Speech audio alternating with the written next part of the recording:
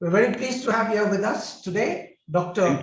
S. Satyagopan, Founder Director of the Indian Institute of Information Technology, Bangalore, who recently retired from the Institute after a long innings of 22 years, during which he established IIITB as one of India's most respected higher education institutions for developing the much needed human resources for the country's information, communication technology and IT industries, which clocked an aggregate revenue of $195 billion. I think according to my calculations, that works out at 14 lakh crore in the year 2020. Of this, $150 billion was earned from exports of skills and services. Moreover, the IT industry provides well-remunerated employment to 4.5 million skilled professionals and other employees. So congratulations, sir, for your contribution to the growth and development of the IT and ICT industries. A little introduction of Professor Satyagopan's very impressive credentials. He was an engineering graduate of Madras University with a PhD awarded by the high-ranked Purdue University, USA. In his long and dedicated career in Indian academia, Dr. Satyagopan has taught at IIT Kanpur, IIM Bangalore, IIT Madras, and as, of course, the founding director of IIIT Bangalore. Moreover, he has served as visiting faculty at Rutgers University, USA, and the Asian Institute of Technology, Bangkok. His areas of research and expertise are operations research, multi-criteria optimization, decision theory, simulation, enterprise computing, programming languages, databases, multimedia, and e-governance. With widely respected in Indian industry, Dr. Satyagopan also serves on the boards of several public sector enterprises, corporations, including Bharat Electronics, Neyveli Lignite Corporation, Indian Renewable Energy Agency, and also on the boards of IIIT Bhubaneswar, IIIT Delhi, IBAB, and is a member of the Karnataka Knowledge Commission. Dr. Satyagopan, it's a privilege to have you here today, and thank you very much for accepting our interview and invitation, and we'd like to now start the interview. Thank you. So, first question. Yeah. With Indian industry being served by over 3,000 engineering colleges and more than a dozen IITs, what was the motivation for establishing IIITB in 1999, and what were its major aims and objectives? Thank you. Excellent question. Let me step back a little bit. We generally say IT is the third T for this country when it comes to export. The first T was textiles. The second T was the tea that you and I drink. Yes. And when we started, textile and tea were about $20–25 billion, about 20 years back. Today, they are both around $40–45 billion. And you already mentioned that IT is $200 billion. Okay. Yes. So the establishment of an institute exclusively for IT was something similar to what the ATIRA, Ahmedabad Textile Research Institute, did to the textile industry. So idea is that have a focus, and through the focused generation of people and manpower, we will be able to kind of take the industry to the next stage. So first and foremost, we are beyond a computer science program. So in a layman's language, we are hardware and software. We are silicon and code. So we do both, okay? And the second thing, what was special about IIIT Bangalore was we focused on MTechs. And normally colleges produce a few hundreds of BTechs and just about a dozen of MTech. So we took a slightly different... Postgraduates. Postgraduates, yes. So we started with 150 MTechs right in the day one. We started an undergraduate program only 10 years later. Second, we also focused on what are called the products and the technology companies, the companies like the Intels of the world, the Microsofts and the Oracles of the world, the IBMs and HPs of the world, etc. Okay. And that was something which was unique about IIITB. And I think two things which worked to our advantage was that, you see, when you start a new institute, you kind of look for people who have fire in the belly. And I actually tell the first generation of students that they have to work extra, they have to walk that extra mile. Because if you are from an IIT and you say, I am from IIT Kanpur, they'll say, oh, IIT Kanpur. But when you say you are from IIIT Bangalore, they will say, what is IIIT? Exactly. So you know, right? So I think your work should speak for yourself, and through hard work, you have to create the brand, because you do not have the advantage of a brand on day one. And Yes. I think I should place on record the first few batches of the students, particularly, I used to meet them almost daily and keep reminding them that they should stand before a mirror and tell themselves, I am so-and-so, I am from IIITB, I am not from any IIT. I have to work much harder. Okay, that worked well, and some of them are doing exceptionally well. The first batch of students have even created a close to a unicorn company. Okay. So let me interrupt you for a second. So Sure. what essentially is the difference between a graduate from IIT and Yes. IITB? What is the difference? Okay, excellent question again. See, because IITs have departmental structures, either they would have gone to a computer science or they would have gone to the electronics. So obviously they would know either the software or the hardware. Whereas a IIITB students quite likely to know both. Okay, that is number one. Second thing is, because we are focused on IT, we are obsessed with IT. Okay, we look at all aspects of IT. So even though we are primarily a computer science and electronics, we do have a dozen plus faculty members who are from the sciences and the social sciences. The chemistry person does computational chemistry, the physics person does computational physics, the mathematics person is aligned to the computing. We also have social scientists, economists, sociologists, and and geographers. They all look at IT. So in a sense, we look at all aspects of IT, which even IITs may not, simply because they are looking at so many things. We will look at only one thing. Let me conclude with one example. That would it be correct to say that your graduates are totally focused on IT, whereas in IIT, they would be focused on engineering in a much broader sense. Much broader. Yes. Right. Okay. So I tell you, you see, we are for the last 4 years, we have a neurosurgeon from an institute called NIMHANS. NIMHANS is a All India Institute, famous institute. Yes. So there is a neurosurgeon who is doing a PhD in computer science. Oh my goodness! And he's actually he's a patent on what is called a snake robo. So he's actually working on software controlled robo, but the robo does not look like a normal robo. It looks like a snake. He actually showed me how the surgery happens in the brain. And brain is a very complex subject, right? So you need something which moves like a little insect. How satisfied are you with the evolution and progress of the institute? So thank you, sir, that, it is kind of humbling that, with all humility, I should say that I am more than satisfied. It is not only me, even my board members and even the government, which actually came with this idea. They all said that, look, we never thought that we will have something like this in 20 years. So many reasons. IIITB is not only an institute. IIITB as an institute has been instrumental in creating many other institutes. In fact, today there are 25 plus IIITs, and there was a special project of the government of India called the 20 IIIT program. So they were quite a bit influenced by IIIT Bangalore. So we have been able to make a positive impact on 3,500 students directly, and through online another 10,000 students. We have added value to them. We have made a difference to companies.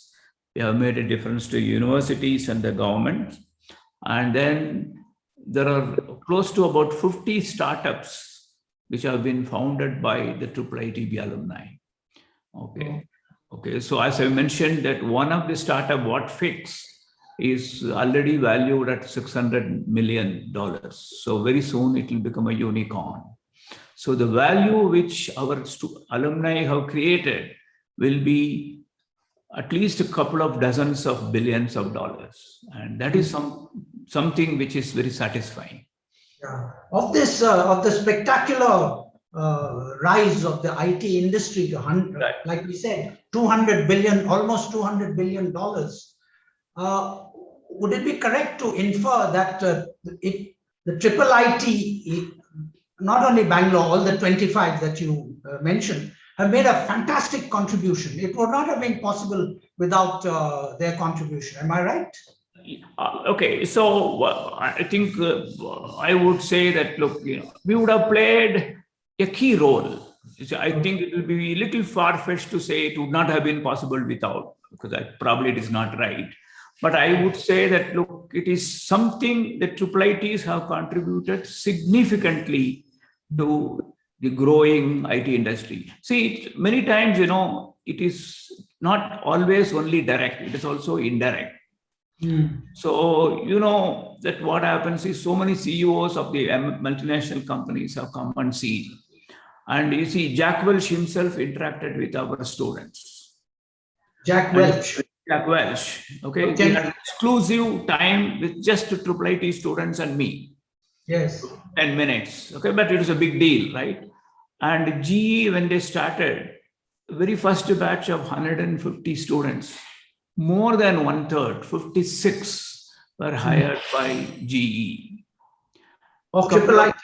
Yes, IIIT Bangalore alone. Okay. So what happened was that obviously we, and our students have done exceptionally well. So what happened? The message goes around. Okay, here is a new kid in town, and they seem to be doing good. So then it is the it's a positive feedback that company like SAP Labs, when they started, we had a significant number of hires from IIITB. I think at one point in time, there were nearly 400 of our alumni working in SAP alone, Working in SAP. Oh, okay. Yes. So, both in India and abroad. Yes.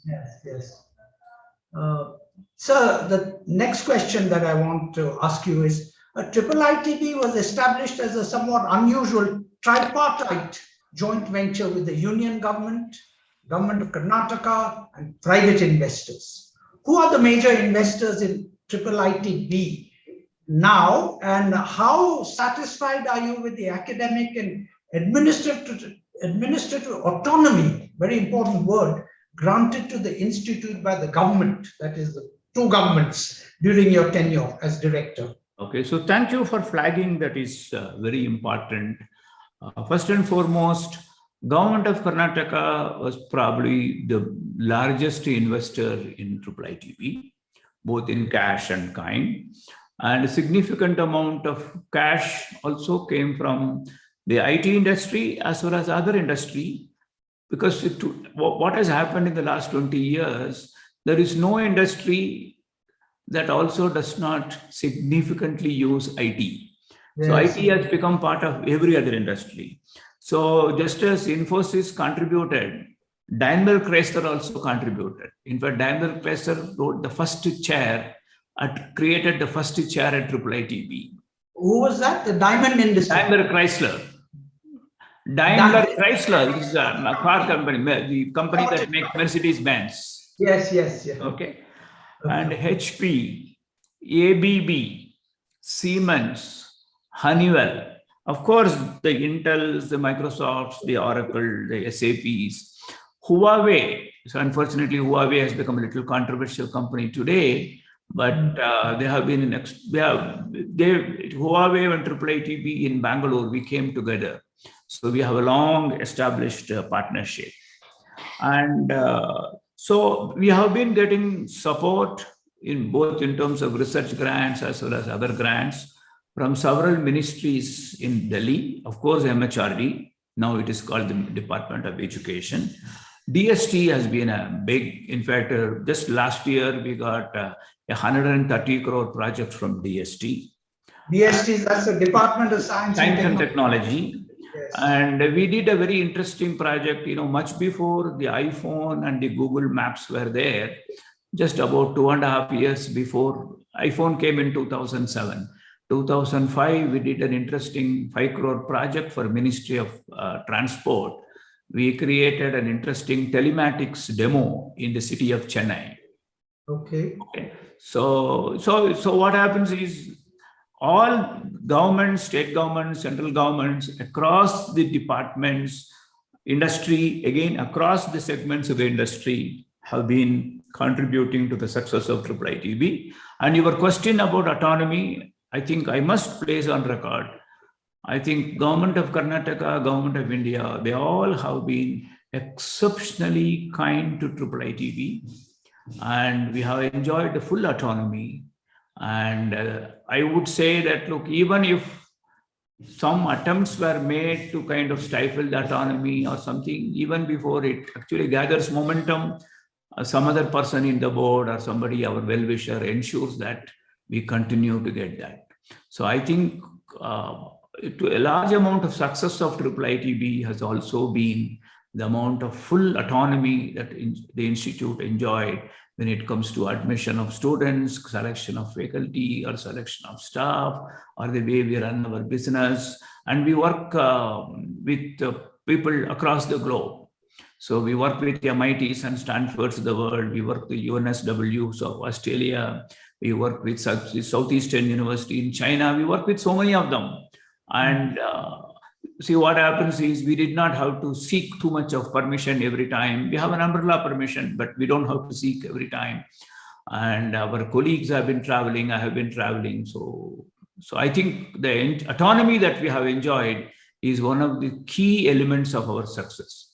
So we take capital grant from government. In fact, the campus, which is physically located, the land was given by the Government of Karnataka. There was, along with an old building which we modified.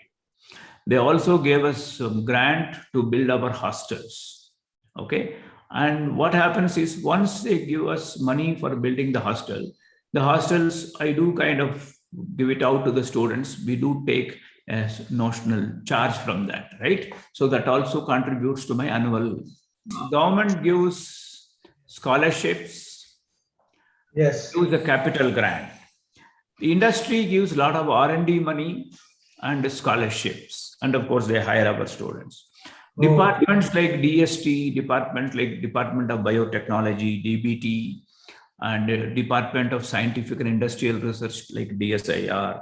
So they give us project money. So that gives us a lab, that gives us equipment. Sometimes that even gives us some money to do some lab rework, some amount of interior work, etc.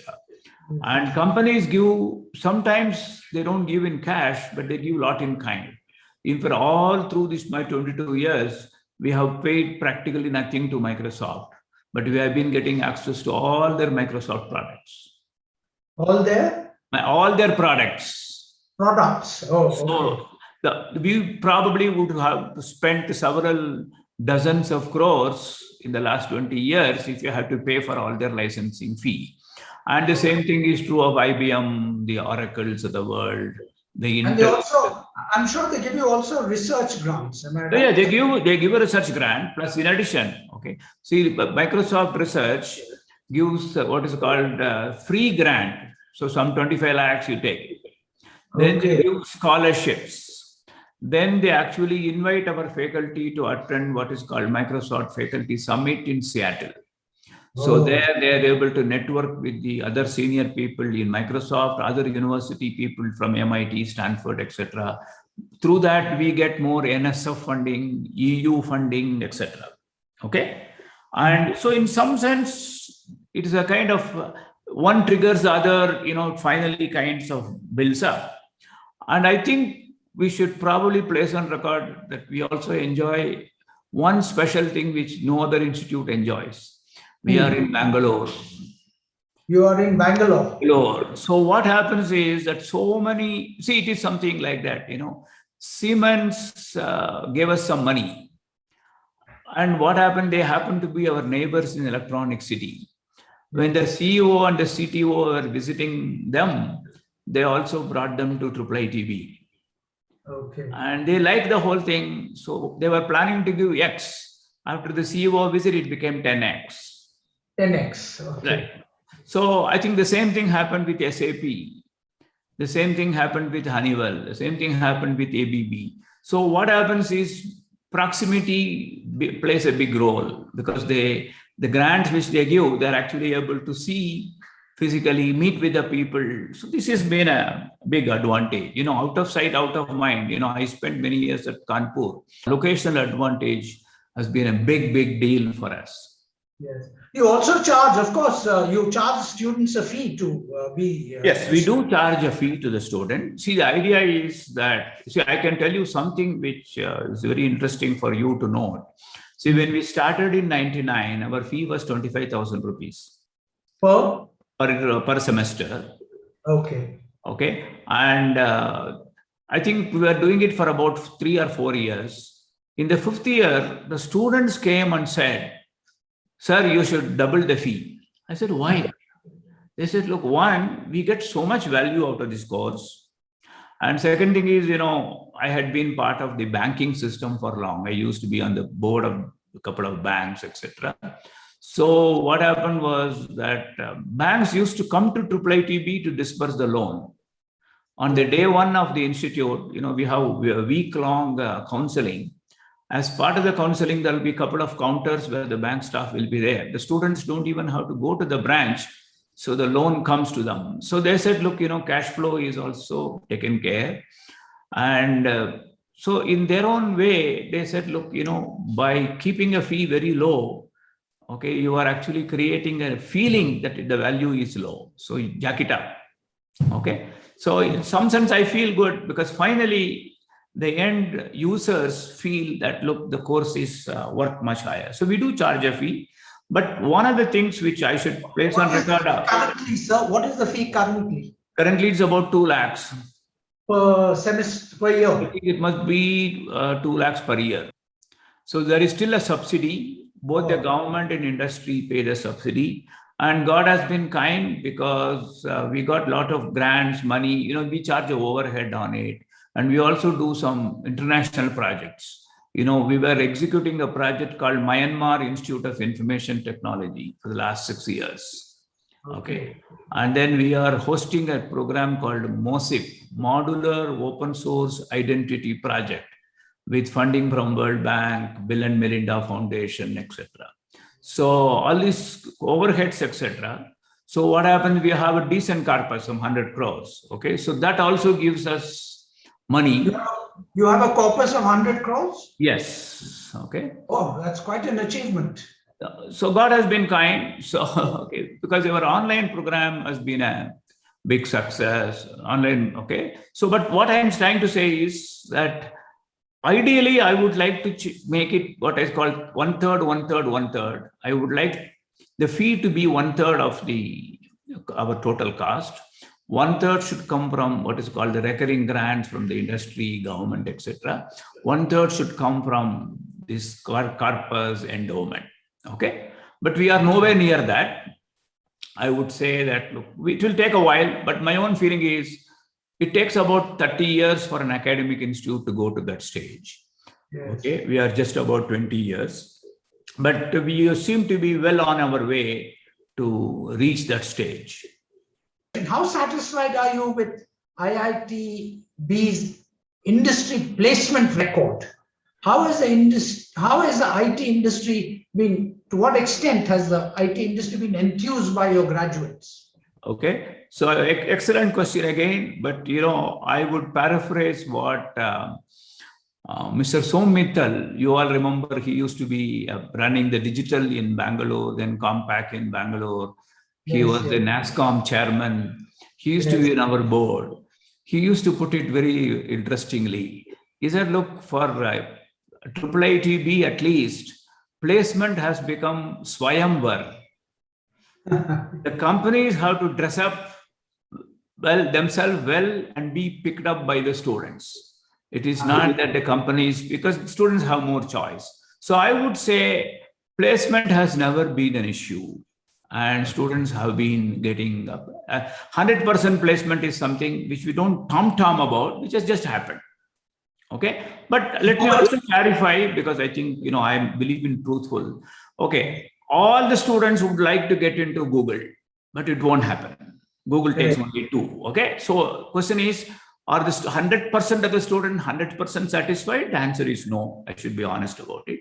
And every batch, there will be 3 or 4 students who will struggle for whatever reason, maybe because of their CGPA, or sometimes they are not able to crack the interview. And this is where, some of us have that advantage. I've been around, an old man around for too long. So I know many, many company CEOs as former students. I know them for decades. So I normally tell them that, look, please give them an opportunity. Don't pay them anything. I will tell the student, don't accept a single penny. Work without money for 1 month. And they should come back and say there is work in it. And I tell you, it is very, I would say I'm very touched by this, that every batch, there are 3 or 4 students whom I have to handhold and get a job. But they have been the star performers. Many of them have the lowest CGPA, but they are the star performers. In your last year, what are the kind of average startup salaries that your graduates get? Okay, so once again, you see, it is there in my website. I don't remember, but I tell you. So what happens is, our average salaries are around 14 lakhs typically. Per year? 13 lakhs, yes. Okay. And of course, the highest salary is always 1.5 crores. There is always 1 or 2 companies which pay that kind of money. Okay. But, yeah. In short, you're very satisfied with the placement record of. Yeah. You see, I'm very satisfied with the placement record. Let me also tell you what we need to be cautious about. So what happens is that, success is the biggest enemy for successful institution, right? So what happens is, because people have been enjoying the excellent record, and every company in the world has been coming, and once again, Bangalore advantage, right? So people will come on Saturday, Sunday in interview. So it is so nice for them. They have to go to Kanpur, they have to spend one half a day. So they have to lose 2 days, right? Here, they don't have to lose anything. Yes. So because of that, jobs have been relatively easy. Okay. And then you get into this entitlement mode, right? Okay. Because I am from IIIT, I have to get 20 lakhs. Okay. So I do hope that students don't get into that, because that is easy. That is an easy thing to happen to human beings. So, sometimes I keep telling the students, not everybody getting a job and struggling to get a job, you will perform much better. Whereas the jobs are easy, you may not perform better. So that is my little concern, but otherwise, placement has never been an issue. So if your placement and salary record is so good, indeed enviable, then there must be a big rush to admission. So out of, say, 100 people who apply, how many do you take in every year? Okay, you see, it is like this, that first 10 years, we did our own entrance exam. Okay. So in the very first year, where we had nothing, we still had 4,361 applications. For how many seats? 150 seats. Oh, my goodness. Okay. Really? So I would say first few years, we used to be having about 4,000 or 5,000 applicants. Okay. But after 4 or 5 years, people got a message. This is not going to be easy to get.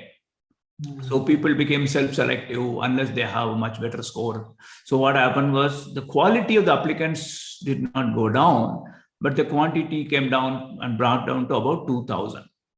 Yes. Last 10 years, we are taking it through JEE and GATE. Okay. So we actually published. That's the IIT exam.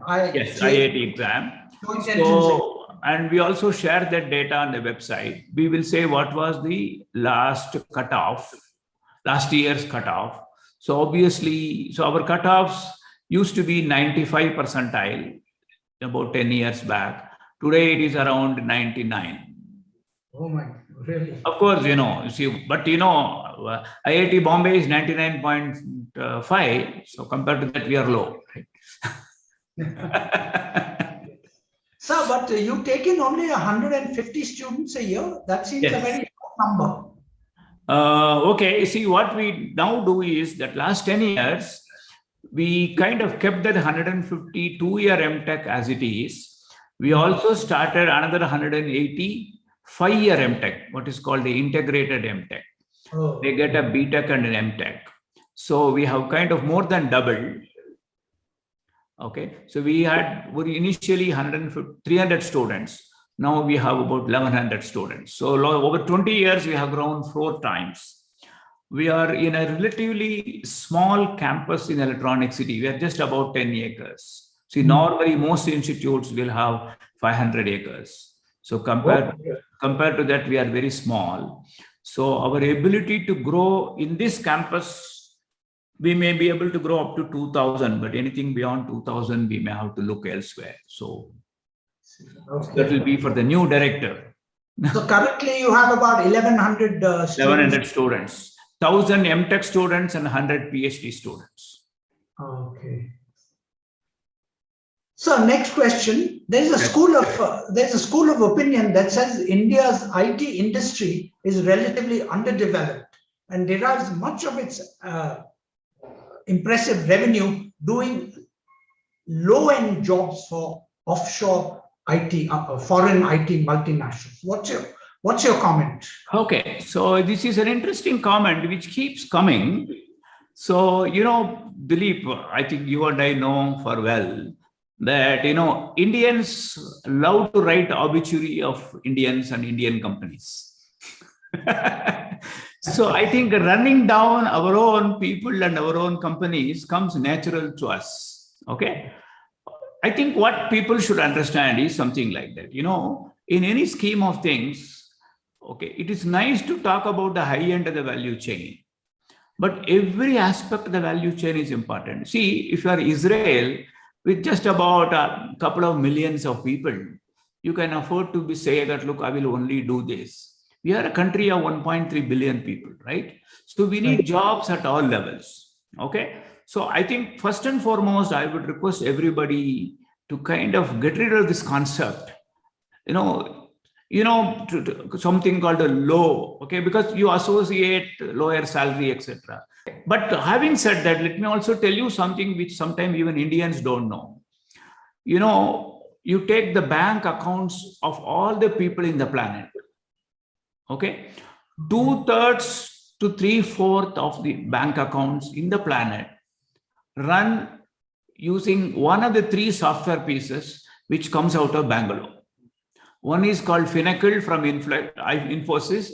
It has 16% market share. iFlux, which was an Indian company acquired by Oracle, which has another 18% market share. Another one called Banks 2000, which comes from Tata Consultancy Services, which has another 18%. So if you add all these 3, it comes to about 60-61%, right? So what I'm saying is we matter, right? Number one. Second thing is that even some of the multinational companies, much earlier days when Google set up an India office, okay, there is something called Google News. Then it became Yahoo News, etc. Google News as a product came out of Bangalore. Okay, so shifting gears, 2007, Apple launched its iPhone. Steve Jobs launched iPhone on July 2007. 1 year down the line, Apple launched what is called Apple Store, from where you kind of download the apps. So when Steve Jobs launched Apple Store, there were 200 apps. 5 apps out of the 200 of the original App Store. You see, Android App Store came 1 year later. Okay, the world's first App Store launched by Steve Jobs himself.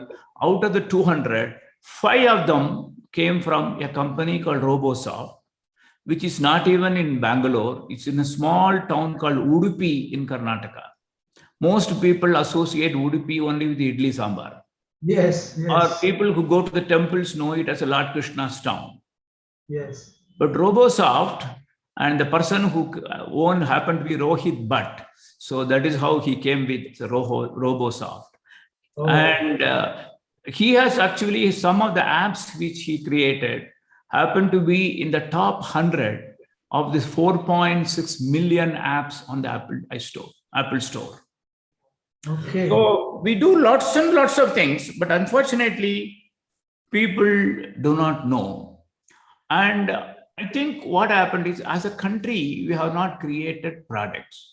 At least American companies, particularly in IT industry, the IBMs and HPs of the world, they have been around for 100 years, right? So we are quite a late entrant, right? So it will take I will tell you, next 20 years, you will actually see much more being talked about as what is called high-end work coming out of this country. And Microsoft research and IBM research and Google research, cutting edge research happens here. So you will get to see it, but just allow some time, because we are just 20 years old. People forget we are just 20 years old. So the next question that I have is that, you know, that none of India's science and technology higher education institutions are ranked among the top 100 of the authoritative London-based agencies, QS or Times Higher Education. So how satisfied are you with the quality of science and technology? Because the IT industry is intimately linked, I presume, with the science. So how satisfied are you with the quality of science and technology education in India? Okay. See, I would say, yes, we have to go a long way, no doubt about it. Okay, so there is always hope for improvement. And you see, I think particularly people like you are influencing opinion of the people. So it is important for you to know. See, what people don't realize is, I taught, you know, in my introduction, you said I taught at Rutgers. So 1997 spring, I taught at Rutgers. Rutgers is a large university with 85,000 students. Their annual budget is $4.2 billion US. How many was that? Sorry. 4.2 billion US dollars. Oh, Rutgers University, USA. Yes. Yes. Okay. And MIT, which is just 10,000 students, has about 2 billion US dollars. Oh. Okay. But the entire investment which the country is making in all IITs put together, all NITs put together, all IIITs put together, is not even $1 billion. Oh, really? Okay. Okay, so I think what happens is, you know, we are still a very poor country. We should not forget that. The investments we are able to make is much smaller.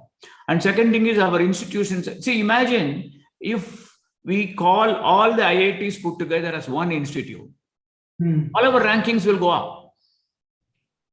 Yes. Because we are much smaller. Second thing is, I would request you, I will even share the details with you. Professor Ram Gopal Rao of IIT Delhi has written a nice tweet post about the QS rankings, where he had actually said that, you see, one of the 20% weightage is given to what is called citation per faculty.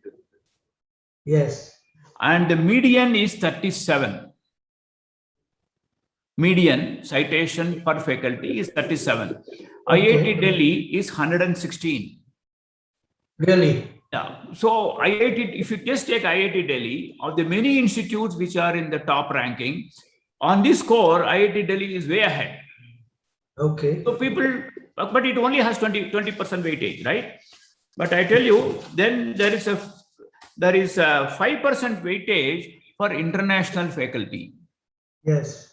And another 20%, another 5% weightage for international students.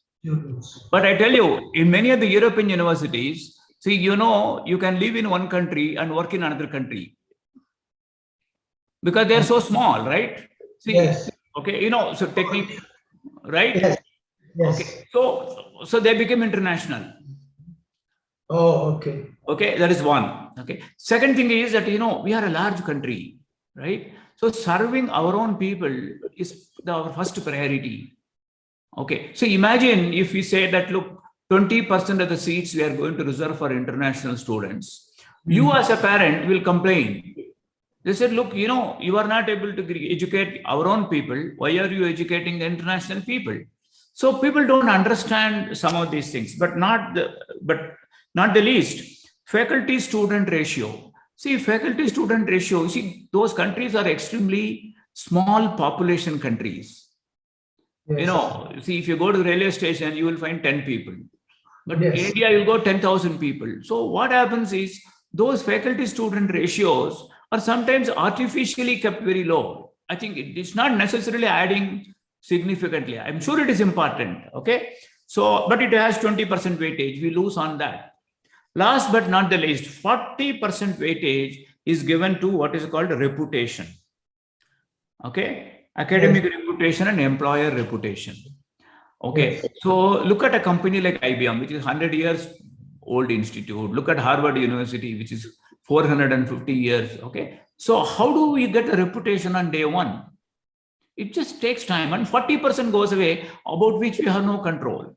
And second thing is, this is also a very non-transparent process. Effectively, I would say only in the last 5 to 10 years, IITs are getting significant amount of investment.